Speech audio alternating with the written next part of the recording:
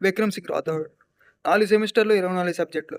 ఎక్కడ ఒక ఎగ్జామ్ కూడా 35 నుంచి ఒక్క మార్క్ ఎక్కువ రాయలేదు. అటెండెన్స్ కూడా బాటర్ మెయింటైన్ చేస్తున్నాం. రికార్డ్ బానే ఉంది. కానీ ఒక స్టూడెంట్ అన్నాక భయం, భక్తి ఉండాలి.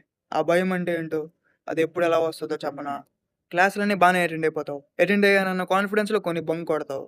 కానీ నోటీస్ బోర్డ్‌లో అంటించిన డీటెయిల్ లిస్ట్‌లో ఎక్కడ నీ పేరు ఉంటుందేమో అన్న భయం ఎలా ఉంటుందో తెలుసా?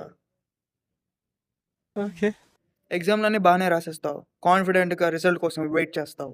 ఒక వారం అవుతుంది, 2 వారాలు అవుతుంది, 3 వారాలు అవుతుంది. హాలిడేస్ ఇస్తారు.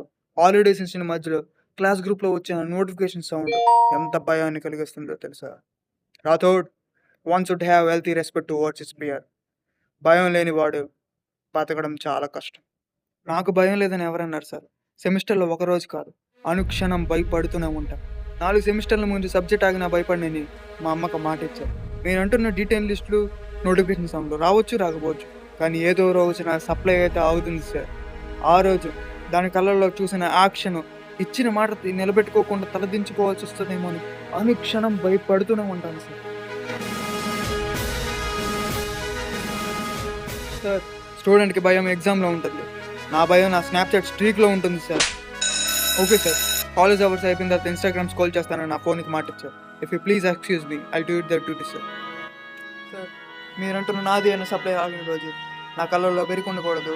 నేను మంచం మీద దొర్లుతూ ఉండాలి. నా చేతిలో నా సెల్ ఫోన్ ఉండాలి సార్.